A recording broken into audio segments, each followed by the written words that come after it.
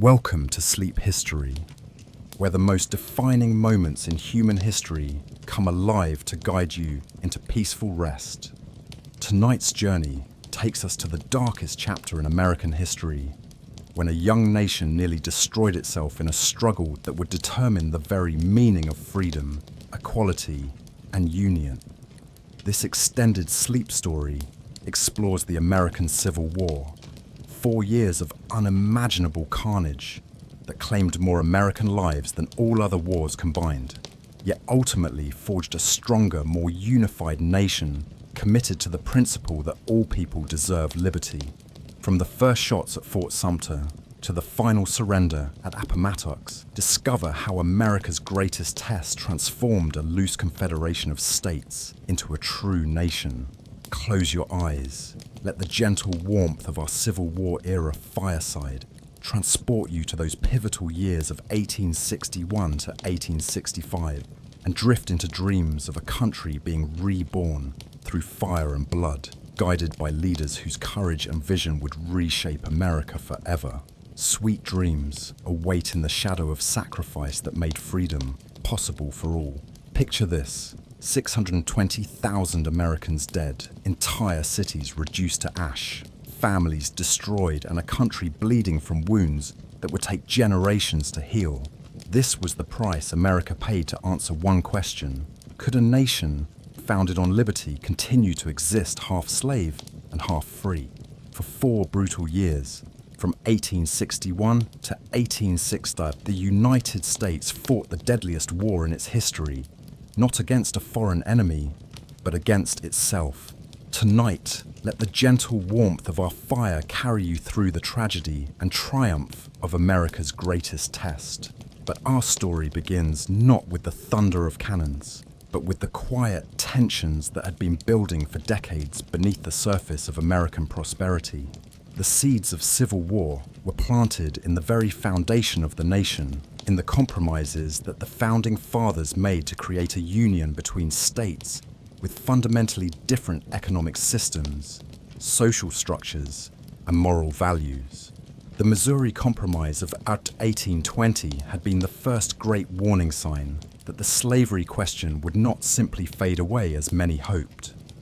When Missouri applied for statehood as a slave state, Northern representatives objected that it would upset the delicate balance between free and slave states in the Senate. The resulting political crisis was so severe that Thomas Jefferson famously compared it to a fire bell in the night, warning that it was the knell of the Union, the compromise that emerged. Missouri would enter as a slave state, while Maine entered as a free state, and slavery would be prohibited in future states north of the 36G30 Eastern's parallel. Seemed to solve the immediate problem, but it also established a dangerous precedent by acknowledging that the federal government had the right to regulate slavery in the territories, a principle that would be fiercely contested in the decades to come. For the next 30 years, American politics was dominated by efforts to maintain this delicate balance, while the nation expanded westward. Each new territory brought fresh debates about whether slavery would be permitted, and each debate revealed how far apart North and South had grown in their fundamental assumptions about American society.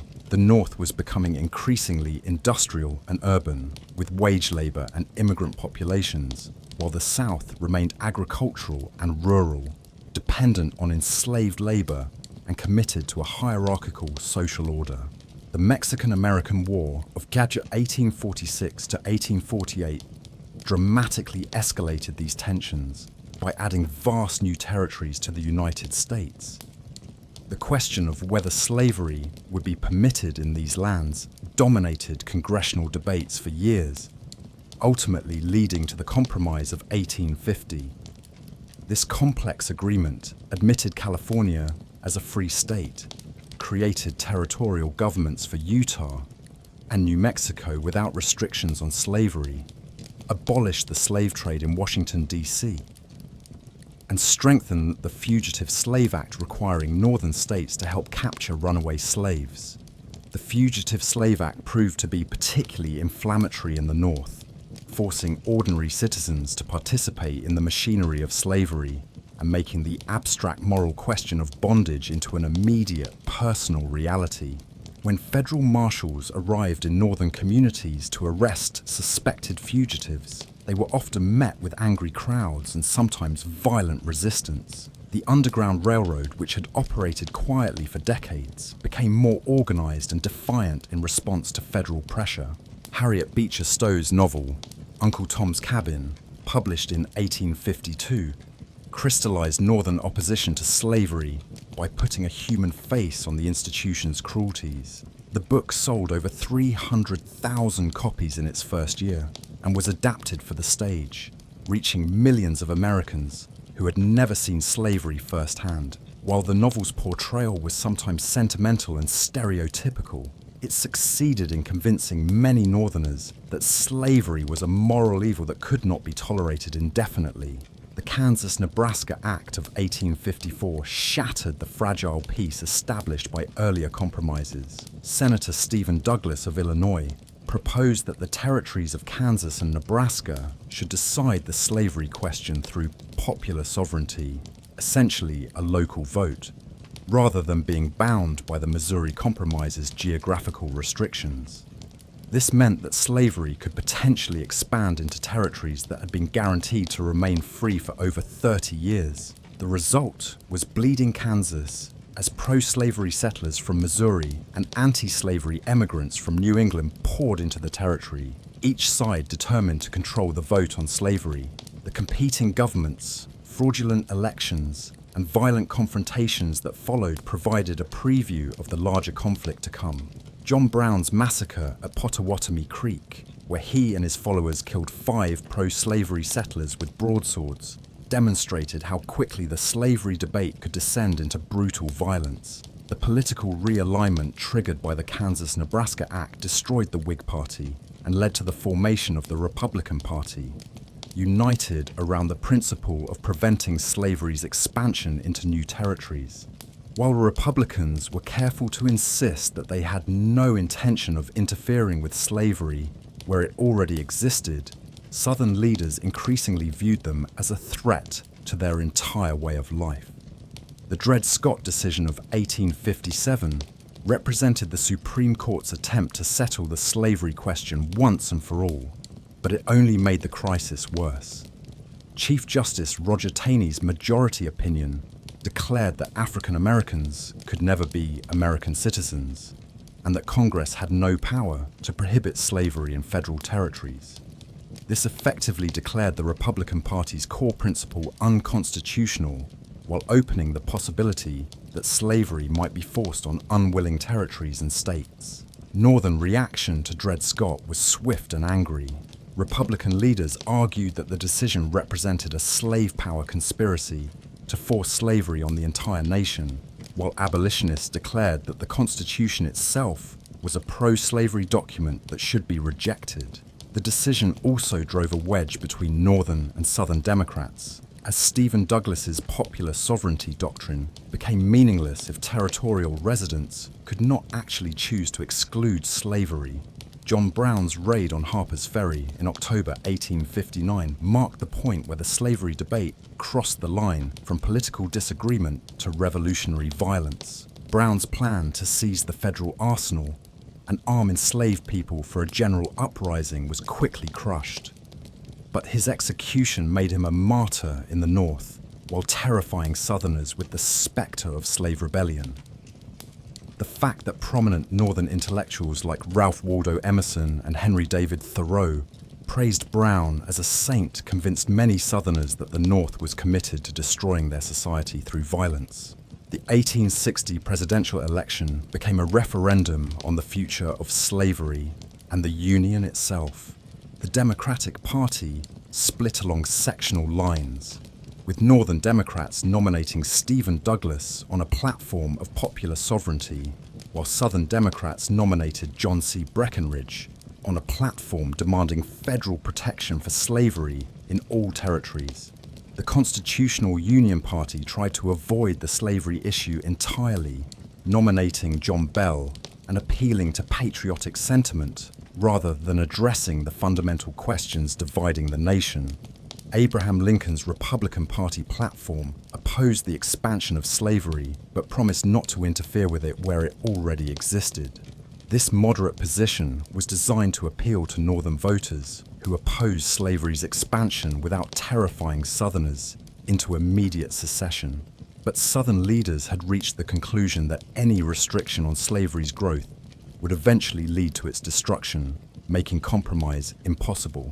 Lincoln's election, with less than 40% of the popular vote, demonstrated how completely sectional the American political system had become. He received virtually no votes in the South, while the combined vote for his opponents exceeded his own total. This meant that the new president would take office without a mandate from the majority of Americans and facing the immediate hostility of an entire region that viewed his party as an existential threat. South Carolina's response was swift and decisive. Within 6 weeks of Lincoln's election, a state convention had voted unanimously for secession, declaring that the union now subsisting between South Carolina and other states under the name of the United States of America is hereby dissolved. The convention's declaration of immediate causes made clear that slavery was the central issue.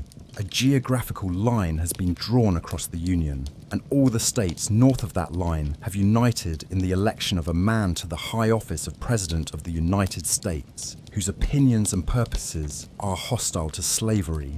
Other Deep South states quickly followed South Carolina's lead. Mississippi, Florida, Alabama, Georgia, Louisiana, and Texas all held secession conventions during the winter of 1860-1861 and all voted to leave the Union. By February 1861, these states had formed the Confederate States of America under the leadership of Jefferson Davis, a former U.S. Senator and Secretary of War who had been one of the South's most articulate defenders of slavery and states' rights. The Confederate Constitution revealed the new nation's priorities and principles. While it closely followed the U.S. Constitution in most respects, it explicitly protected slavery and prohibited the Confederate Congress from ever abolishing it.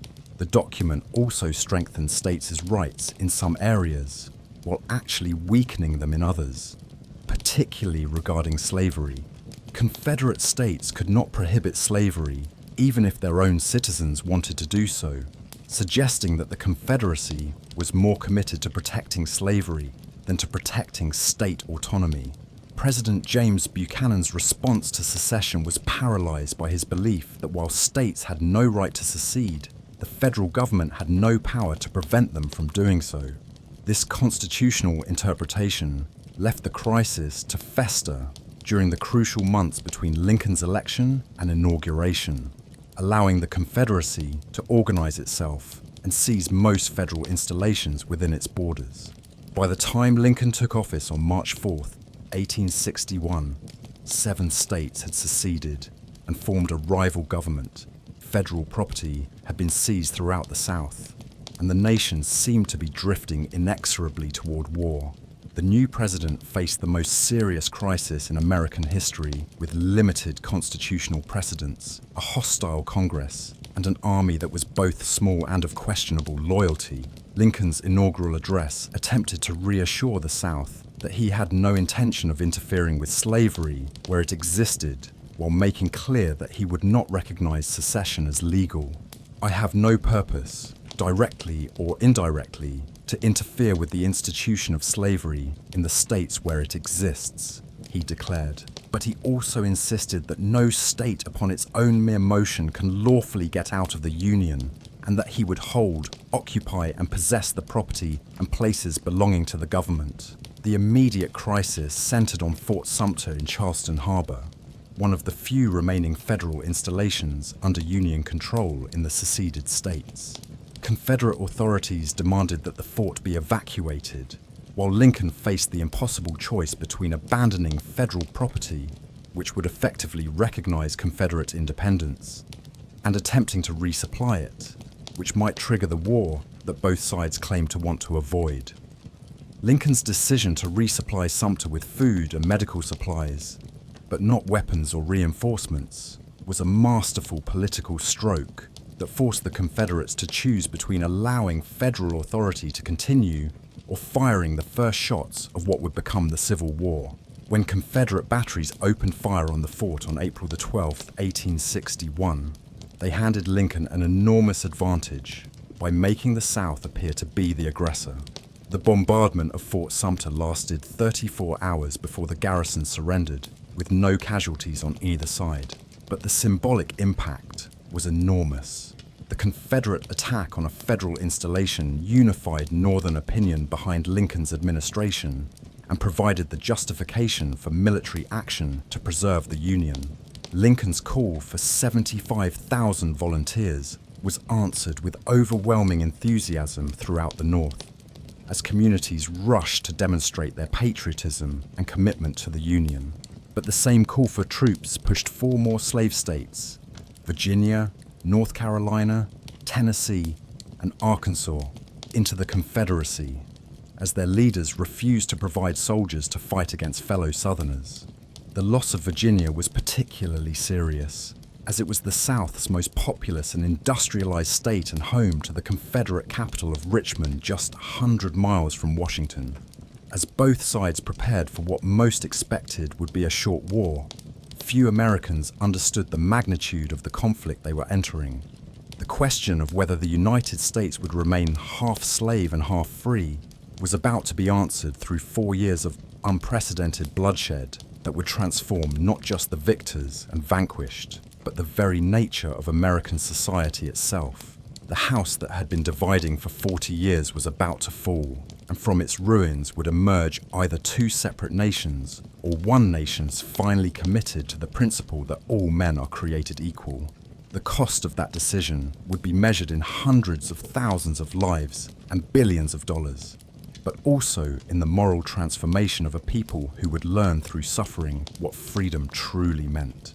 The bombardment of Fort Sumter transformed the American political crisis into the American Civil War, but few on either side understood what they had unleashed.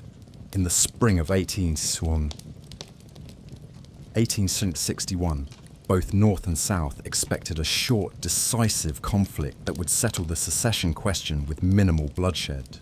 Confederate leaders believed that 1 or 2 victories would convince the North that coercing unwilling states back into the Union was impossible. Northern leaders assumed that Southern resolve would crumble once faced with the industrial and numerical superiority of the United States. Both sides were catastrophically wrong. The early mobilization revealed both the strengths and weaknesses that would shape the conflict. The North possessed overwhelming advantages in population: 22 million versus 9 million, including 3.5 million enslaved people, industrial capacity, railroad networks, and naval power. The South controlled interior lines, had a stronger military tradition, and was fighting a defensive war on familiar territory. But perhaps, most importantly, the 2 sides were fighting for different objectives. The North had to conquer and occupy the South to restore the Union, while the South only had to avoid defeat long enough to convince the North that reunion was impossible.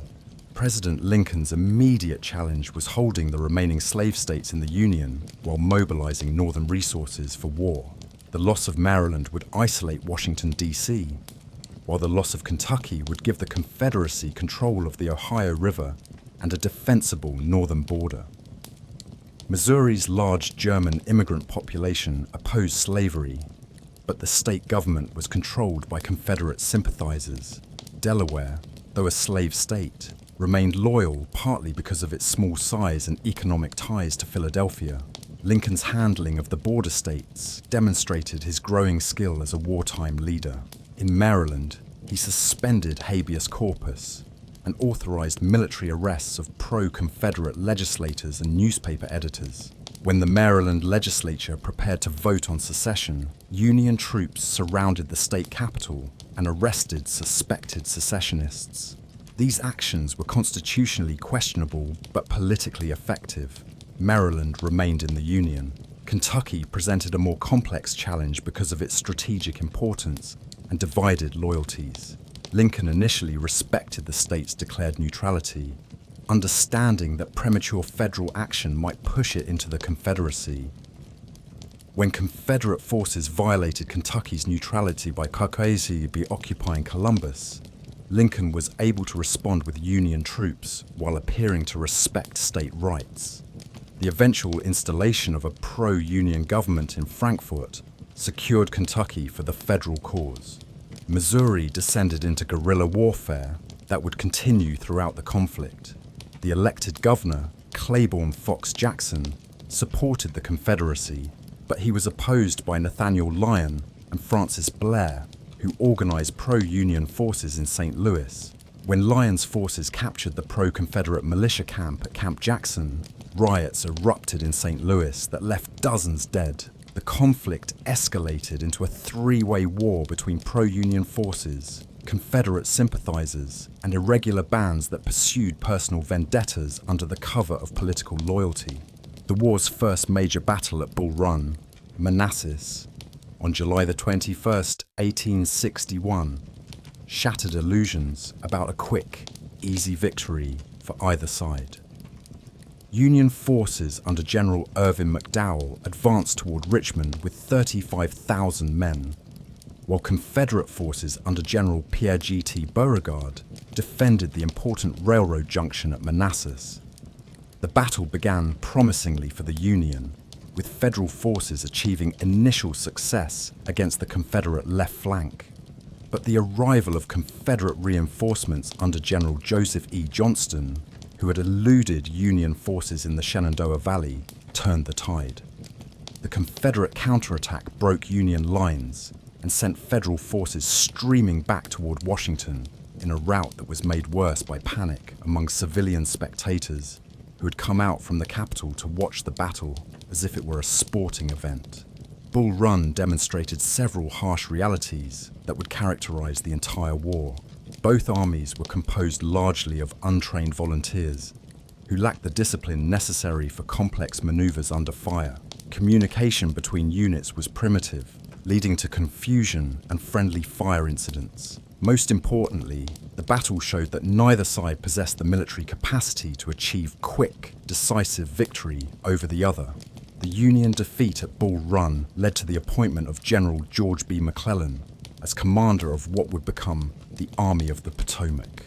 McClellan was a brilliant organizer and trainer who transformed raw recruits into disciplined soldiers. But he was also cautious to the point of timidity when it came to offensive operations. His constant demands for more troops and equipment frustrated Lincoln, who understood that time favored the Confederacy by allowing European powers to consider recognition and intervention. While McClellan drilled his forces around Washington, Union and Confederate armies clashed in other theaters with mixed results. In Western Virginia, later West Virginia, Union forces under George McClellan achieved early success that helped keep the region in the Union and launched McClellan's rise to prominence. In Missouri, Nathaniel Lyon's aggressive campaign ended with his death at the Battle of Wilson's Creek, but Union forces eventually gained control of most of the state. The naval war began immediately with Lincoln's proclamation of a blockade of Confederate ports from Virginia to Texas. The Anaconda Plan, developed by General Winfield Scott, called for strangling the Confederacy economically, while Union forces advanced down the Mississippi River to split the Confederacy in two. Critics mocked the plan as too slow, but it proved to be strategically sound, even if it took longer to implement than originally expected. The Union blockade faced enormous challenges in covering over 3,000 miles of Confederate coastline, with a navy that initially possessed fewer than 90 ships. Confederate blockade runners initially found it relatively easy to slip past Union patrols, but the blockade became increasingly effective as the Union Navy expanded and Confederate resources for shipbuilding dwindled. By 1864, the blockade was intercepting about half of all attempts to run supplies into Confederate ports. The most dramatic naval engagement of the war's first year was the battle between the USS Monitor and CSS Virginia, formerly the USS Merrimack, in Hampton Roads on March 9, 1862. The Virginia was an ironclad warship created by covering the hull of a captured Union frigate with iron plates, while the Monitor was a revolutionary Union design featuring a rotating gun turret. Their inconclusive duel marked the end of the era of wooden warships and demonstrated the importance of industrial capacity in modern warfare. Union successes in early 1862 suggested that the war might be shorter than many had begun to fear. In February, General Ulysses S. Grant captured Fort Henry and Fort Donelson in Tennessee, opening the Tennessee and Cumberland rivers to Union naval forces and earning Grant the nickname Unconditional Surrender Grant. The victories forced Confederate forces to abandon Kentucky and much of Tennessee, representing the first major Union breakthrough in the Western theater. Grant's success at the forts was followed by a near disaster at Shiloh, Pittsburgh Landing, on April the 6th and 7th, 1862. Confederate forces under Albert Sidney Johnston launched a surprise attack that caught Grant's army unprepared and nearly drove it into the Tennessee River. Only the arrival of Union reinforcements under Don Carlos Buell saved Grant from defeat. But the battle cost Johnston his life and inflicted over 23,000 casualties on both sides, more than all previous American wars combined. Shiloh marked a turning point in Northern understanding of the war's likely duration and cost.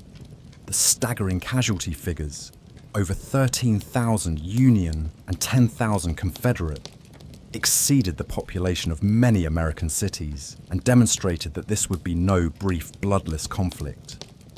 Grant later wrote that Shiloh convinced him that the war would have to be fought out, requiring the complete exhaustion of one side or the other. In the East, McClellan finally began his long-awaited advance on Richmond in March 1862, transporting his army by water to the Virginia Peninsula between the York and James Rivers. The Peninsula Campaign demonstrated both McClellan's organizational skills and his fatal hesitation when decisive action was required. With over 100,000 men, McClellan possessed the largest army ever assembled in North America, but he consistently overestimated Confederate strength and moved so cautiously that he gave his enemies time to organize effective resistance. The campaign culminated in the 7 days battles, June the 25th, July 1st, 1862, when the new Confederate commander Robert E. Lee launched a series of attacks designed to drive McClellan away from Richmond. While the battles were tactically inconclusive and costly for both sides, they achieved Lee's strategic objective of forcing McClellan to retreat to the James River. More importantly, they marked Lee's emergence as the dominant military figure of the war and began the legendary partnership between Lee and Stonewall Jackson that would frustrate Union hopes in Virginia for the next 2 years. McClellan's retreat from the peninsula, despite his army remaining largely intact, marked the end of Union hopes for a quick victory in the East. Lincoln, frustrated by McClellan's caution and conflicting reports about Confederate strength, began looking for more aggressive commanders who understood that the war would have to be won through decisive action rather than careful maneuvering. The political implications of military stalemate were becoming clear by mid-1862. European powers, particularly Britain and France, were considering recognition of Confederate independence. Partly from economic motives, the cotton shortage was causing unemployment in textile regions, but also from doubt about Union ability to restore the nation by force. Confederate diplomats argued that the South was fighting for the same principle of self-determination that Americans had claimed in 1776, while Union diplomats struggled to explain why a war to preserve a union of unwilling states was worth such enormous sacrifice. More fundamentally, the prolonged conflict was forcing both sides to confront questions they had initially hoped to avoid. In the North, pressure was building to transform the war from a conservative effort to restore the Union into a revolutionary struggle to end slavery. Radical Republicans argued that slavery was the root cause of secession and that it could never be safe as long as the institution existed. General Benjamin Butler's decision to treat escaped slaves as contraband of war enemy property that could be legally seized, provided a framework for protecting runaways while avoiding the explosive question of emancipation. In the South, the reality of fighting a total war against superior resources was forcing painful choices about the balance between state rights and Confederate unity. The Confederate Congress passed the first military draft in American history in April 1862, but exempted owners of 20 or more slaves, leading to complaints that it was a rich man's war and a poor man's fight. President Jefferson Davis clashed repeatedly with state governors who prioritized local defense over Confederate strategy, revealing tensions within the South about the proper relationship between central authority and individual state sovereignty. As 1862 progressed, it became clear that both sides had seriously underestimated their opponent's determination and capacity for sacrifice. The war that was supposed to end in 90 days was entering its second year with no resolution in sight. The cost in blood and treasure was already staggering, and both North and South were being forced to mobilize their societies for total war in ways that would transform American life forever. The guns that had opened fire at Fort Sumter had unleashed forces that neither side could control. What had begun as a political dispute about the constitutional right of secession was becoming a struggle for the soul of American civilization, a test of whether democracy could survive its greatest challenge, and whether the promise of human equality could be fulfilled even at the cost of unprecedented sacrifice. The stage was set for the even bloodier campaigns of 1862 to 1863, when the war would reach its peak intensity and both sides would discover the true meaning of total war in the industrial age. The summer of 1862 opened with Union forces seemingly poised for victory on multiple fronts. Grant controlled much of Tennessee. Union naval forces had captured New Orleans and were advancing up the Mississippi River. And McClellan's massive army was within sight of the Confederate capital at Richmond. But by winter, the military situation had been transformed by a series of Confederate victories that demonstrated the South's resilience and the North's continuing struggles with military leadership and strategic coordination. The transformation began with the emergence of Robert E. Lee as commanding general of the Army of Northern Virginia. Lee had been serving as Jefferson Davis's military advisor when General Joseph E. Johnston was wounded during the Peninsula Campaign, and few expected the courtly Virginian to match the aggressive reputation of his predecessor. But Lee quickly revealed himself to be one of the most audacious and skillful commanders in American military history, willing to take enormous risks to achieve decisive results.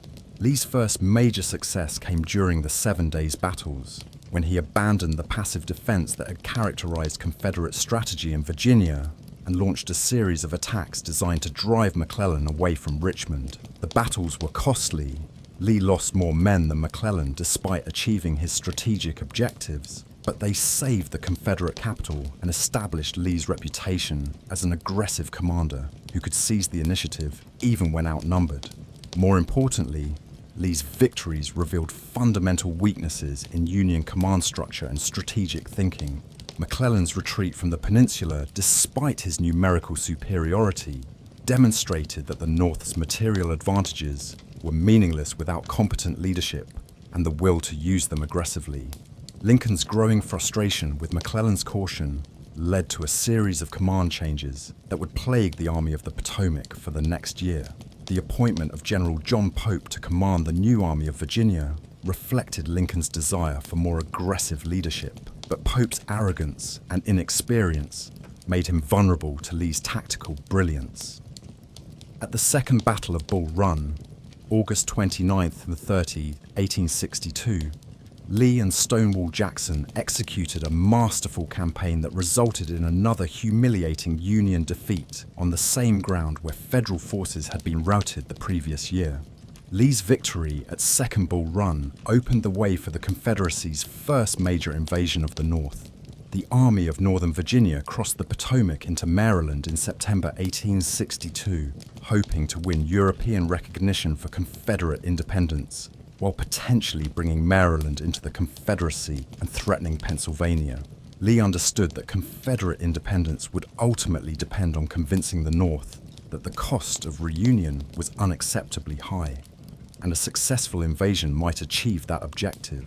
The Maryland campaign demonstrated both Lee's strategic vision and the limitations of Confederate resources. Lee's army was poorly supplied and reduced by straggling to about 55,000 men, far fewer than the 87,000 Federals that McClellan could bring against him. Moreover, Lee made the dangerous decision to divide his army, sending Stonewall Jackson to capture the Union garrison at Harper's Ferry, while he advanced into Maryland with the remainder of his forces. McClellan's discovery of Lee's battle plans, accidentally dropped by a Confederate courier, gave the Union commander an unprecedented opportunity to defeat Lee's divided army in detail. But McClellan's characteristic caution allowed Lee to concentrate his forces at Sharpsburg, Maryland, where the Battle of Antietam, September 17, 1862, became the bloodiest single day in American military history. Antietam was a tactical draw that achieved important strategic objectives for both sides. McClellan's attacks were poorly coordinated and failed to break Lee's lines, but they inflicted enough casualties to force Lee's retreat back into Virginia. For Lincoln, the Union victory provided the political cover he needed to issue the preliminary Emancipation Proclamation, transforming the war from a struggle to preserve the Union into a crusade against slavery. The Emancipation Proclamation fundamentally altered the war's character and international dimensions.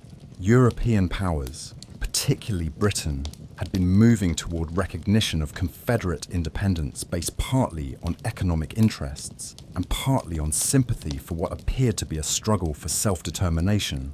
But once the war became explicitly about slavery, European public opinion shifted decisively toward the Union.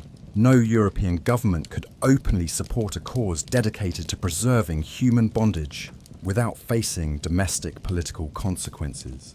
The proclamation also created new challenges for both sides.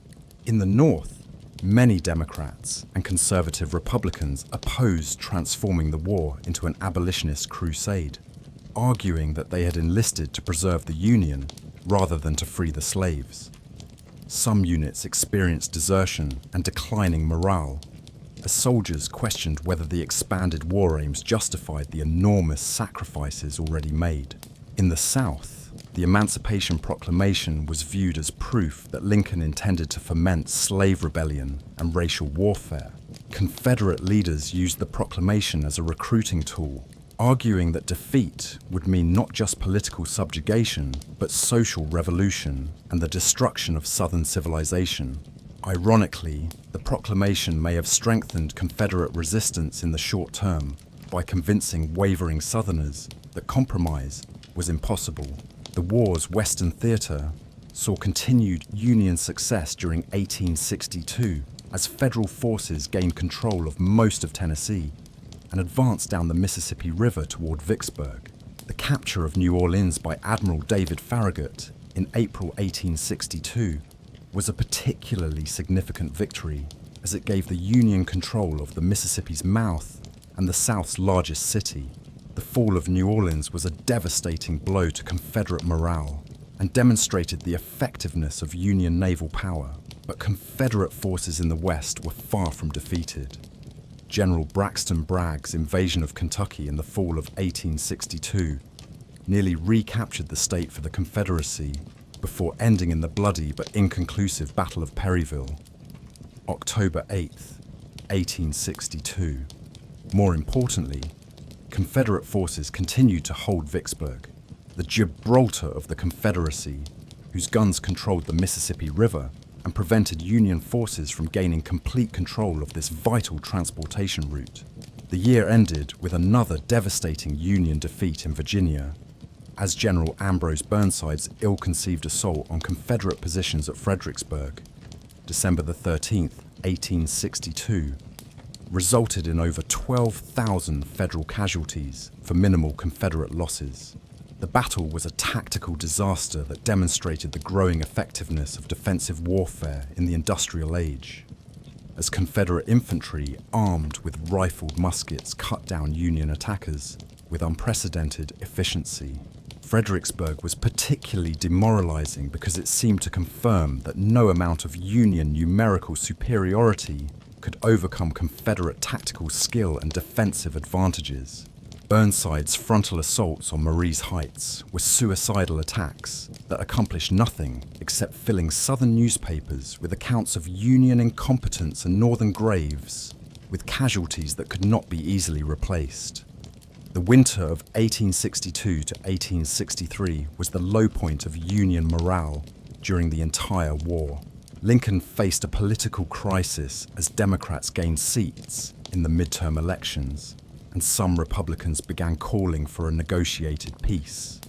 The Emancipation Proclamation had transformed the war's goals, but had not yet produced the military success necessary to justify the expanded aims. Draft resistance was growing in the North, while European intervention remained a constant threat. Lincoln's response to this crisis revealed his growth as a wartime leader. Rather than retreating from his commitment to emancipation, he doubled down by authorizing the recruitment of African American soldiers for Union forces. The decision was controversial. Many white soldiers resented fighting alongside black troops, but it provided the Union with an additional source of manpower while demonstrating to the world that the North was serious about racial equality. The formation of black regiments beginning in 1863 marked a revolutionary step in American social development. Units like the 54th Massachusetts Infantry proved that African Americans could fight as effectively as white soldiers, while their service created moral claims to citizenship and equality that would be difficult to ignore after the war. Frederick Douglass captured the significance of black military service when he declared that once let the black man get upon his person the brass letters, U.S., let him get an eagle on his button, and a musket on his shoulder and bullets in his pocket, and there is no power on earth which can deny that he has earned the right to citizenship. As 1863 dawned, the war had reached a crucial turning point. Both sides had mobilized their societies for total war, but neither had achieved the decisive victory necessary to end the conflict. The Union possessed overwhelming advantages in resources and manpower, but these advantages were meaningless without the military leadership and strategic vision necessary to employ them effectively. The Confederacy had demonstrated remarkable resilience and tactical skill, but its resources were being steadily depleted by the Union blockade and the growing scope of military operations. The coming year would see the war reach its peak intensity, with battles like Gettysburg and Vicksburg that would determine whether the Confederacy could maintain its independence, or whether the Union would finally develop the military capability necessary to restore the nation. The rivers of blood that had already been shed were only a prelude to the even greater sacrifices that lay ahead as America struggled to determine what kind of nation it would become. The question was no longer whether the war would be long and costly. That had already been settled by 2 years of unprecedented carnage. The question was whether American democracy could survive its greatest test, and whether the promise of equality proclaimed in the Declaration of Independence would finally be fulfilled through the crucible of civil war.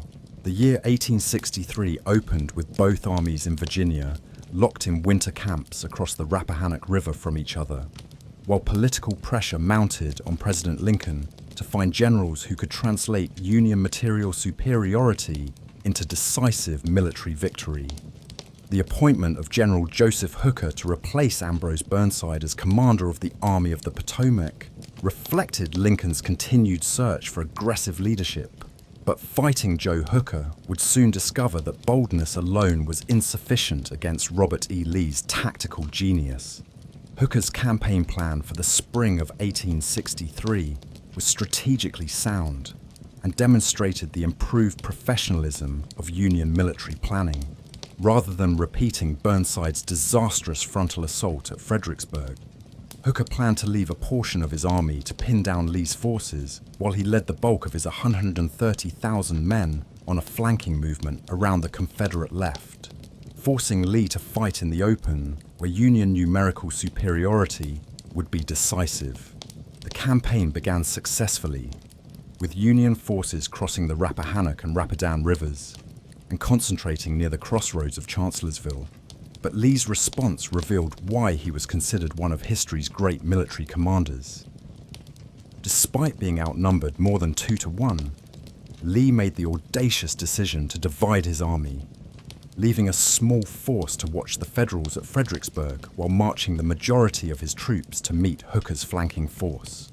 The Battle of Chancellorsville, May 1st, 4th, 1863, became Lee's masterpiece, a campaign that military historians still study as an example of tactical brilliance overcoming numerical inferiority. When Lee discovered that Hooker's right flank was in the air, unprotected by natural obstacles, he made an even more daring decision to divide his already outnumbered army again, sending Stonewall Jackson on a flanking march with 28,000 men, while he held Hooker's attention with fewer than 20,000. Jackson's flank attack on the evening of May 2nd was one of the most devastating tactical surprises in military history. Confederate forces smashed through the unprepared 11 Corps, rolling up the Union right flank and creating panic that spread throughout Hooker's army. Only darkness and the thick Virginia forest prevented the attack from becoming a complete rout that might have destroyed the Army of the Potomac entirely. But Confederate victory came at a terrible price. Stonewall Jackson, scouting ahead of his lines in the darkness, was accidentally shot by his own men and died 8 days later from complications of his wounds. Lee's grief was personal as well as professional. Jackson had been his most trusted lieutenant and the architect of many Confederate victories. "I have lost my right arm," Lee mourned, and the Army of Northern Virginia would never again achieve the same level of tactical coordination that had made it nearly invincible. Despite losing Jackson and suffering heavy casualties, Lee's victory at Chancellorsville convinced him that the time was right for another invasion of the North. The Confederacy desperately needed a decisive victory that might bring European recognition and encourage Northern Peace Democrats to demand an end to the war. Moreover, an invasion would relieve pressure on war-torn Virginia by shifting the fighting to Northern territory while potentially allowing Confederate forces to threaten Washington or Philadelphia. Lee's decision to invade Pennsylvania in June 1863 was strategically sound but operationally risky. The Army of Northern Virginia was at peak strength with about 75,000 men, but it would be operating far from its supply bases in enemy territory where every mistake could be fatal. More importantly, Lee would be marching without his cavalry commander Jeb Stuart, who was conducting a raid around the Union Army that left Lee blind to enemy movements at the crucial moment. The Pennsylvania campaign converged on the small town of Gettysburg, where Confederate forces searching for shoes encountered Union cavalry on July 1st, 1863. What began as a chance encounter escalated into the largest battle ever fought in North America, as both armies rushed reinforcements to the sound of gunfire. By evening, Confederate forces controlled the town and had driven Union troops to defensive positions on Cemetery Hill and Cemetery Ridge, south of Gettysburg. The first day's fighting had given the Confederates tactical success, but it had also allowed Union forces under General George Meade to concentrate on strong defensive ground. Lee's decision to continue the battle rather than seeking another position revealed both his confidence in his army and his understanding that time was working against the Confederacy. A drawn battle that allowed Union forces to retreat would accomplish nothing for Confederate strategic objectives. July 2nd, 1863, saw some of the most desperate fighting of the entire war, as Lee attempted to break Union lines with coordinated attacks on both flanks. James Longstreet's assault on the Union left resulted in bloody fighting at places like Little Round Top, the Wheatfield, and Devil's Den, where individual regiments suffered casualties that exceeded 50%. Joshua Lawrence Chamberlain's 20th Maine Infantry made a bayonet charge that saved Little Round Top and became one of the war's most celebrated heroic actions. On the Union right, Confederate forces under Richard Ewell attacked Cemetery Hill and Culp's Hill, but failed to achieve the breakthrough that might have shattered Meade's army. The failure of these attacks left Lee with difficult choices for the battle's third day.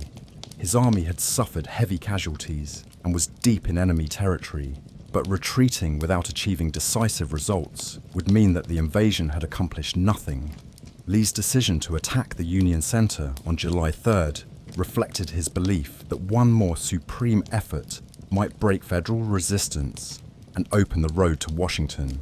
The assault, later known as Pickett's Charge, was preceded by the largest artillery bombardment in North American history, as 150 Confederate guns attempted to soften Union positions on Cemetery Ridge, but the bombardment was largely ineffective due to poor coordination and the superior position of Union artillery.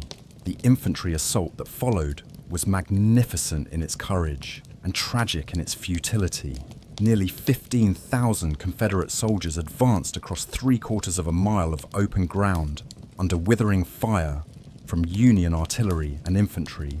A few Confederate units briefly reached the Union lines, but they were quickly overwhelmed and forced to retreat. The attack cost Lee about 1/3 of his assault force and marked the high tide of the Confederate cause. Gettysburg was the turning point of the Civil War, though its significance was not immediately apparent to participants on either side. Lee's army retreated to Virginia largely intact, while Meade's failure to pursue aggressively allowed the Confederates to escape destruction. But the battle had cost the Confederacy casualties it could not replace, and had demonstrated that even under the most favorable circumstances, Confederate forces could not achieve the decisive victory necessary to win independence. While Lee was suffering defeat at Gettysburg, Ulysses S. Grant was achieving the Union's most important strategic victory by capturing Vicksburg, Mississippi, after a brilliant campaign that demonstrated his growing mastery of military operations. Grant's siege of Vicksburg, which lasted from May 18th to July 4th, 1863, exemplified the kind of aggressive, coordinated strategy that the Union needed to win the war. Grant's Vicksburg campaign was a masterpiece of strategic planning and operational execution.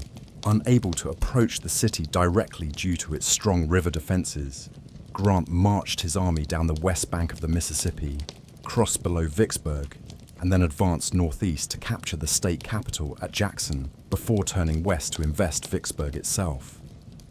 The campaign demonstrated Grant's willingness to take calculated risks and his understanding that winning the war required destroying Confederate armies rather than simply capturing territory. The fall of Vicksburg gave the Union complete control of the Mississippi River and effectively split the Confederacy in two. Confederate forces west of the river were cut off from the main body of the Confederacy, while Union gunboats could now move freely between New Orleans and the river's source. More importantly, the victory established Grant's reputation as the Union's most successful general and brought him to Lincoln's attention as a potential solution to the North's leadership problems.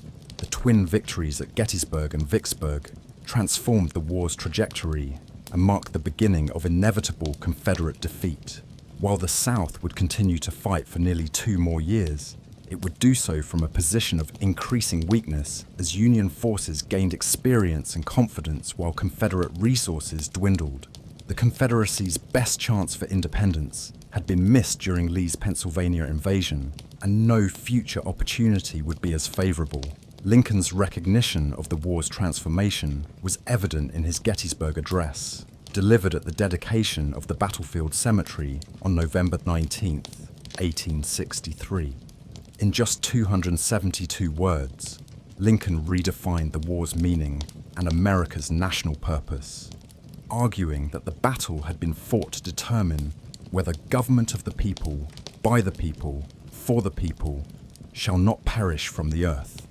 The speech transformed Gettysburg from a military victory into a moral crusade. and committed the nation to ensuring that the sacrifices already made would achieve lasting results.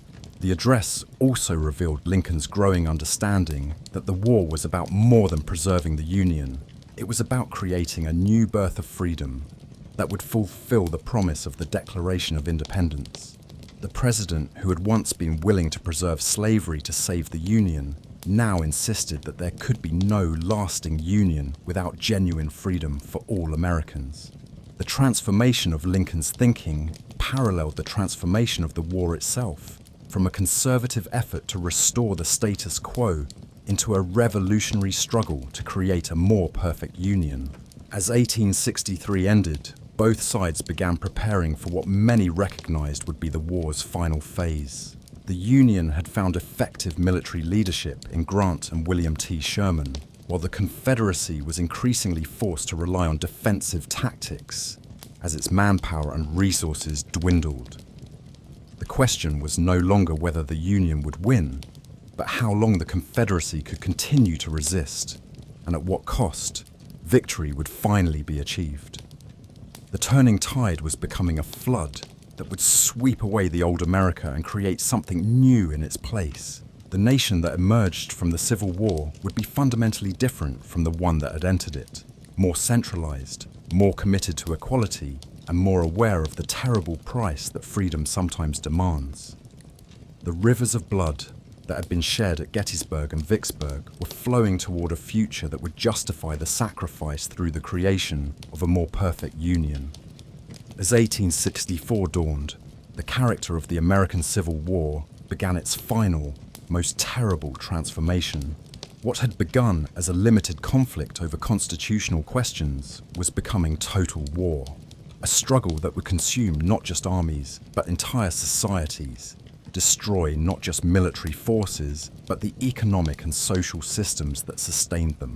The Union had found its generals and its strategy.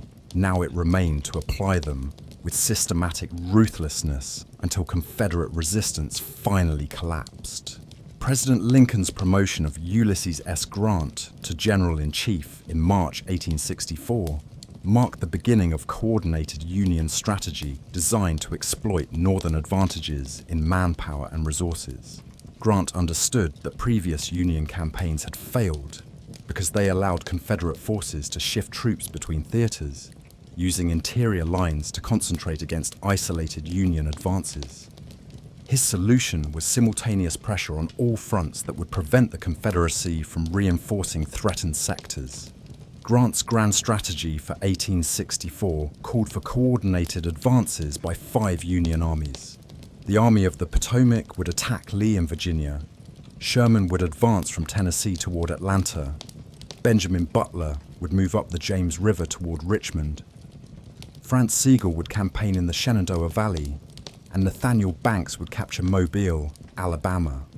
The plan was ambitious, but reflected Grant's understanding that the war could only be won by destroying Confederate armies, rather than simply capturing territory. The implementation of this strategy began with Grant's overland campaign against Lee's Army of Northern Virginia. Unlike previous Union commanders, who had retreated after suffering heavy casualties, Grant was determined to maintain constant pressure on Lee, regardless of losses. "I propose to fight it out on this line if it takes all summer," Grant declared, and he would prove as good as his word. The Battle of the Wilderness, May 5-6, 1864, opened Grant's campaign and immediately demonstrated the changed character of warfare in Virginia. Fighting in dense forests that limited visibility and prevented coordinated maneuvers, both armies suffered terrible casualties without achieving decisive results. The horrific nature of the combat was symbolized by brush fires that burned wounded soldiers alive, while their comrades listened helplessly to their screams. Grant's decision to continue advancing after the Wilderness marked a psychological turning point in the war. For 3 years, Union armies had retreated after suffering heavy casualties, allowing Lee to claim victory even when his own losses were proportionally greater. Grant's persistence demonstrated that the North was finally willing to accept the casualties necessary to achieve victory, while his aggressive pursuit gradually wore down Confederate morale and effectiveness. The subsequent battles of Spotsylvania, May at Tantuas, and Cold Harbor, June 1st to 12, continued the pattern of enormous casualties without decisive tactical results. At Spotsylvania, the Bloody Angle became a killing ground, where soldiers fought hand-to-hand for over 20 hours, while Cold Harbor saw Grant's forces suffer 7,000 casualties in less than an hour during a futile frontal assault on Confederate entrenchments. Grant later called his attack at Cold Harbor a mistake, but the broader strategy was achieving its intended results. Lee's army was being steadily weakened by casualties it could not replace, while Union losses, though numerically greater, represented a smaller percentage of Northern manpower.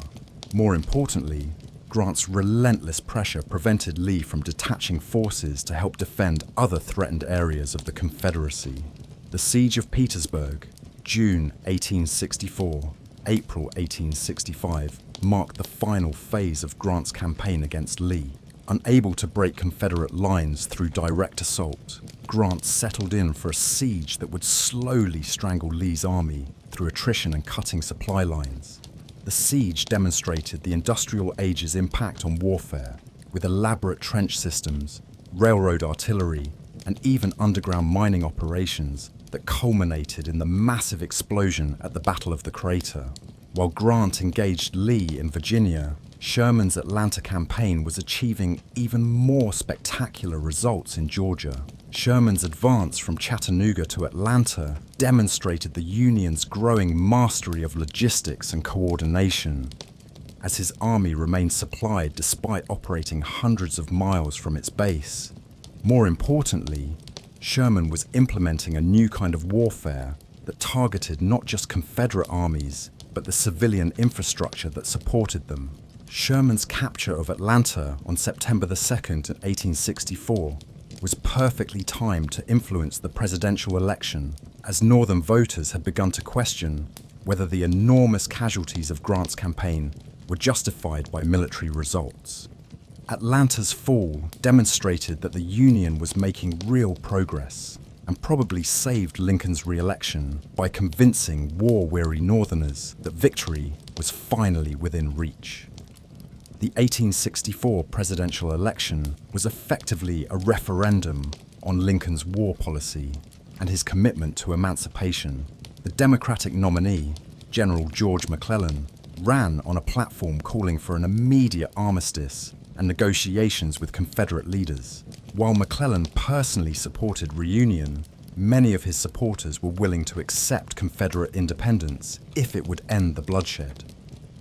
Lincoln's re-election, with 55% of the popular vote, provided a clear mandate for continuing the war until Confederate surrender and slavery's complete abolition.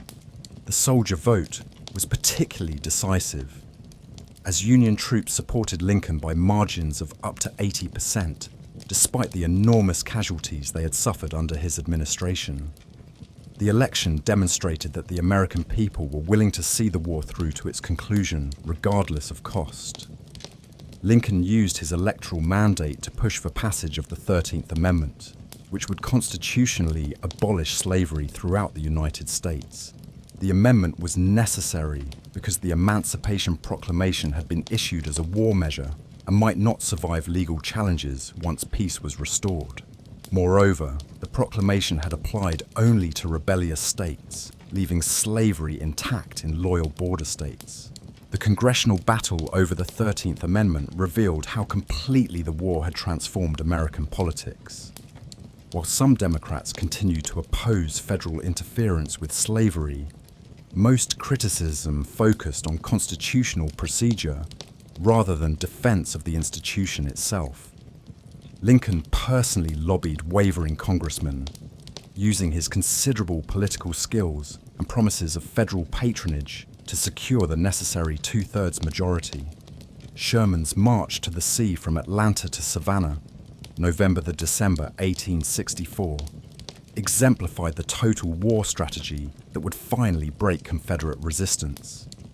Instead of pursuing Confederate forces, Sherman cut loose from his supply lines and marched his army across Georgia, living off the land while systematically destroying everything that could support the Confederate war effort. The march was not indiscriminate destruction, but carefully targeted economic warfare designed to demonstrate the Confederacy's inability to protect its own territory.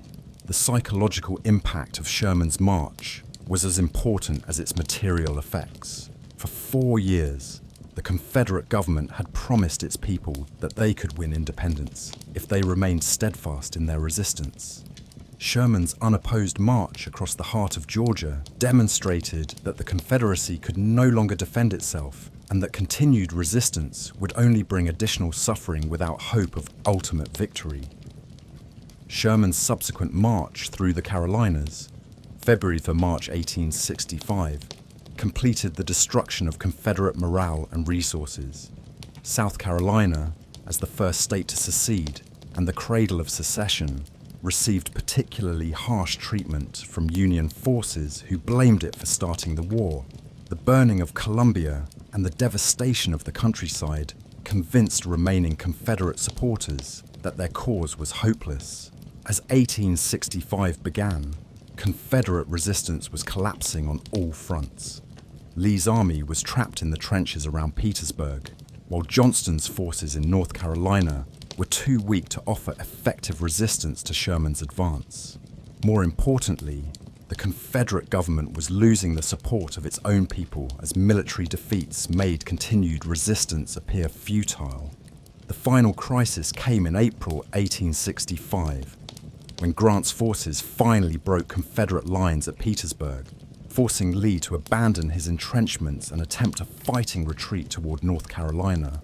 But Lee's army was already disintegrating as soldiers deserted to return to their families, while Union cavalry cut off possible escape routes. The Army of Northern Virginia, once the pride of the Confederacy, was reduced to fewer than 30,000 effective troops facing over 100,000 pursuing Federals. Lee's surrender at Appomattox Courthouse on April 9th, 1865, effectively ended the Civil War and the Confederate States of America. Grant's generous surrender terms allowed Confederate soldiers to return home with their personal property and without fear of prosecution, reflecting Lincoln's desire for reconciliation rather than revenge. Lee's dignified acceptance of defeat helped convince remaining Confederate forces to lay down their arms rather than continuing guerrilla warfare that would have prolonged the nation's agony. The war that had begun at Fort Sumter with no casualties ended at Appomattox with over 620,000 Americans dead and wounds that would take generations to heal.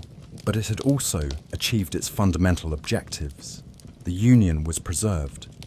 Slavery was abolished, and the principle of democratic government had survived its greatest test. The total war that had seemed so terrible in its execution had ultimately proved necessary to achieve total victory for the causes of union and freedom. The America that emerged from the Civil War was fundamentally different from the one that had entered it. The federal government had assumed powers that would have been unthinkable in 1860. The economy had been transformed by wartime mobilization, and American society had been revolutionized by emancipation. Most importantly, the war had settled forever the questions of secession and slavery that had plagued the nation since its founding. As the guns finally fell silent and exhausted soldiers began the long journey home, Americans faced the enormous challenge of reconstructing not just the physical damage of war, but the social and political structures of a nation committed for the first time to the principle that all people deserved freedom and equality. The total war was over, but the struggle to create a more perfect union was just beginning. The spring morning of April 9th, 1865, dawned crisp and clear over the Virginia countryside near Appomattox Courthouse, where two armies that had struggled against each other for 4 bloody years were about to meet for the last time. General Robert E. Lee, commanding what remained of the once mighty Army of Northern Virginia, rode toward a small farmhouse owned by Wilmer McLean to surrender to General Ulysses S. Grant. The irony was not lost on McLean, whose original home near Manassas had been damaged in the war's first major battle. As he would later say, "The war began in my front yard and ended in my front parlor." Lee's decision to surrender rather than continue fighting reflected his understanding that further resistance would accomplish nothing except additional suffering for his soldiers and the Southern people. His army had dwindled to fewer than 28,000 effective troops, many of them barefoot and hungry, facing Grant's well-supplied force of over 100,000. More importantly, Lee recognized that the cause for which so many had died was no longer viable. The Confederacy lacked the resources to continue the war, and prolonging the conflict would only bring more devastation to the South. The surrender ceremony itself was conducted with dignity and mutual respect that set the tone for the Union's treatment of defeated Confederate forces. Grant's terms were generous, allowing Confederate soldiers to return home with their personal property and horses, promising that they would not be prosecuted for treason if they observed their paroles. When Union soldiers began celebrating the surrender, Grant quickly ordered them to stop. "The war is over. The rebels are our countrymen again." Lee's farewell to his army was equally gracious, thanking his soldiers for their service while urging them to be as good citizens as they had been soldiers. The formal surrender parade on April the 12th was conducted with military honors, as Union troops presented arms to their former enemies, while Confederate units marched past to stack their weapons and surrender their battle flags. Joshua Lawrence Chamberlain, the hero of Little Round Top who commanded the surrender ceremony, later wrote that it was impossible not to be moved by the sight of proud soldiers laying down arms they had carried with such courage. But even as Americans celebrated the end of fighting, the nation faced enormous challenges that would test whether the Union preserved by war could be successfully reconstructed in peace. The immediate problems were staggering. 4 million newly freed slaves needed protection, education, and economic opportunities. The South's economy and infrastructure lay in ruins. Hundreds of thousands of soldiers required demobilization and reintegration into civilian life. And the federal government had accumulated unprecedented debt and power during the war. More fundamentally, Americans had to determine what kind of nation would emerge from the conflict. The war had settled the questions of secession and slavery, but it had left many others unresolved. What would be the status of former slaves in American society? How would the defeated South be reintegrated into the Union? What role would the federal government play in protecting civil rights and promoting economic development? The answers to these questions would shape American development for generations to come. President Lincoln's assassination on April 14, 1865, just 5 days after Lee's surrender, deprived the nation of the leader who was uniquely positioned to guide the country through Reconstruction. Lincoln's plans for the post-war period emphasized reconciliation and rapid restoration of normal political relations. But he also understood that the gains of emancipation had to be protected. His death left these complex challenges to Andrew Johnson, whose very different approach to Reconstruction would create new conflicts and ultimately fail to achieve lasting solutions. The human cost of the Civil War was almost incomprehensible by the standards of the time. Over 620,000 Americans had died, more than in all other American wars combined until Vietnam. The Union had lost approximately 360,000 men, while Confederate deaths totaled about 260,000. These numbers represented roughly 2% of the entire American population and devastating losses for individual communities. Some regiments suffered casualty rates exceeding 80%, while entire towns lost most of their young men. Beyond the killed and wounded, millions of Americans bore psychological scars that would never fully heal. Civil War soldiers suffered from what would now be recognized as post-traumatic stress disorder, though contemporary medicine had no understanding of or treatment for these conditions. Many veterans struggled with alcoholism, unemployment, and social alienation as they tried to adjust to civilian life after years of military service. The economic cost was equally staggering. The federal government's debt had increased from $65 million in 1860 to over $2.7 billion in 1860, while the Confederate States faced complete economic collapse. The South's infrastructure, railroads, factories, farms, had been systematically destroyed during the war's final phase, while the abolition of slavery had eliminated the region's primary source of capital. Reconstruction would require massive investment in rebuilding physical infrastructure while creating entirely new labor and social systems. The social revolution triggered by emancipation was perhaps the war's most significant long-term consequence. 4 million enslaved people had gained their freedom, but freedom without economic opportunity, education, or political rights was largely meaningless. The Freedmen's Bureau, established in 1865, attempted to address these needs by providing food, clothing, medical care, and education to former slaves while supervising labor contracts and protecting civil rights. The freed slaves' response to emancipation demonstrated their understanding that freedom required more than the absence of bondage. African Americans immediately began seeking family members who had been sold away, establishing schools and churches, and demanding political participation. Their aspirations were captured in the words of a freedman who told his former master, "I want to be a free man, come when I please, and nobody say nothing to me, nor order me around." But white Southern resistance to emancipation's implications was equally immediate and determined. The Black Codes passed by Southern state governments in 1865 to 1866 attempted to maintain white supremacy through legal restrictions that limited black mobility, restricted economic opportunities, and preserved many aspects of the old plantation system. Violence against African Americans, often organized by groups like the Ku Klux Klan, attempted to terrorize former slaves into accepting subordinate status. The struggle over Reconstruction became a second civil war fought through politics rather than armies.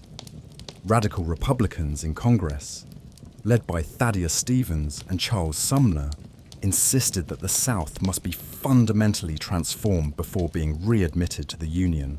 They pushed through the 14th and 15th Amendments, which guaranteed citizenship and voting rights for former slaves, and established military rule in the South to protect African American rights. But the political coalition that had won the Civil War gradually fragmented as Northern enthusiasm for protecting black rights declined.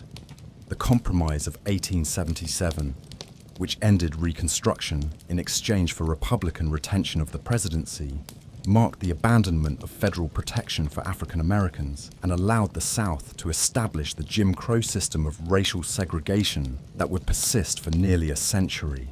The Civil War's impact extended far beyond questions of race and Reconstruction. The conflict had fundamentally altered the relationship between federal and state governments, establishing precedents for national action that would shape American development through the industrial age. The Transcontinental Railroad, national banking system, land-grant colleges, and Homestead Acts all reflected the expanded federal role that war had made possible. The war also transformed American economic development by accelerating industrialization and creating a truly national market. Northern factories that had produced weapons and supplies for Union armies were easily converted to civilian production, while improved transportation and communication networks facilitated trade between previously isolated regions. The United States emerged from the Civil War positioned to become the world's leading industrial power. Perhaps most importantly, the Civil War had resolved the fundamental contradiction that had plagued American democracy since its founding. The Declaration of Independence's assertion that all men are created equal could no longer coexist with the reality of human bondage, while the promise of equality would take generations to fulfill completely. The legal and constitutional foundation had been established through the sacrifice of those who gave what Lincoln called the last full measure of devotion. The war's memory would shape American identity for generations, creating a shared narrative of national suffering and redemption that transcended regional differences. The soldiers who had fought at Gettysburg, Antietam, and Shiloh became symbols of American courage and sacrifice, while the cause for which they fought, preserving democratic government and human freedom, became part of the nation's mission in the world. Abraham Lincoln's words at Gettysburg proved prophetic. The dead had not died in vain, and the nation had indeed experienced a new birth of freedom. The price had been terrible: 620,000 lives, billions of dollars, and wounds that would take generations to heal. But the Union that emerged from the Civil War was stronger and more united than the fragmented Confederation that had entered it, committed for the first time to the principle that all Americans deserved liberty and justice.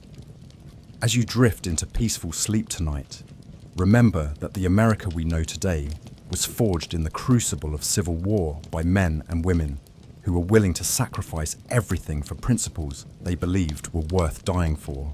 The union they preserved and the freedom they achieved came at a price so terrible that we must never forget their sacrifice or take for granted the democratic institutions they died to protect. The Civil War ended at Appomattox, but its legacy lives on in every generation of Americans who choose unity over division, equality over prejudice, and democracy over authoritarianism. Sleep well in the knowledge that their sacrifice was not in vain, and that the more perfect union they envisioned is still being built by those who remember that freedom is not free, but that its cost is always worth paying when measured against the alternative of permanent bondage to injustice and inequality. Let the gentle crackle of our fireside carry you into dreams of a nation reborn through suffering into strength, guided by leaders whose wisdom and courage transformed America's greatest crisis into its finest hour. The guns have long since fallen silent, but the cause for which they spoke, the preservation of government of the people, by the people, and for the people, still echoes through the corridors of time, reminding us that democracy's promise is eternal, but its preservation requires constant vigilance and sacrifice.